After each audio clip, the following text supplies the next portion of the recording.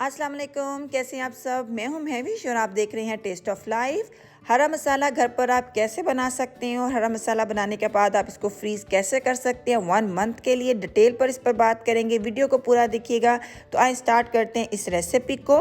सबसे पहले हरा मसाला तैयार कर लेते हैं। उसके लिए हमें चाहिए होगा एक ब्लेंडर, और यहाँ पर देखें एक गड्डी है मेरे पास हरे धनिए की, इसका इस्तेमाल करेंगे।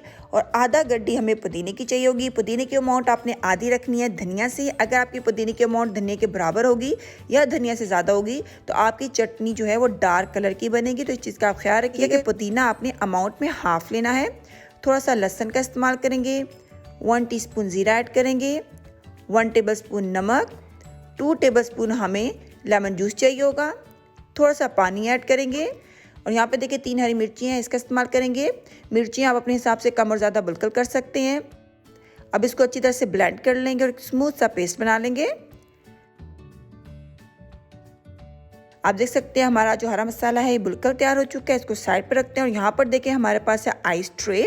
इस आइस ट्रे में हम ये हरा मसाला ऐड कर देंगे। अगर आपके पास आइस ट्रे ना हो तो आप क्या करेंगे, एक प्लेट लेंगे, प्लेट के ऊपर आप प्लास्टिक बैग रखेंगे और थोड़े थोड़े गैप से आप ये हरा मसाला डालकर इसको फ्रीज़ कर लें।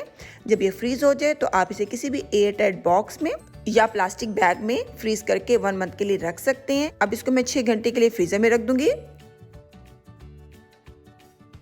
6 घंटे हो चुके हैं और हमारा हरा मसाला बिल्कुल फ्रीज हो चुका है। आप देख सकते हैं कितने मज़े के हमारे क्यूब्स तैयार हो चुकी हैं। जब भी इस हरे मसाले को इस्तेमाल करना हो फ्रीज़र से निकालें, 1 मिनट के लिए माइक्रोवेव में रखें तो आपका ये मसाला मेल्ट हो जाएगा और आप इससे कोई भी चटनी तैयार बिल्कुल कर सकते हैं।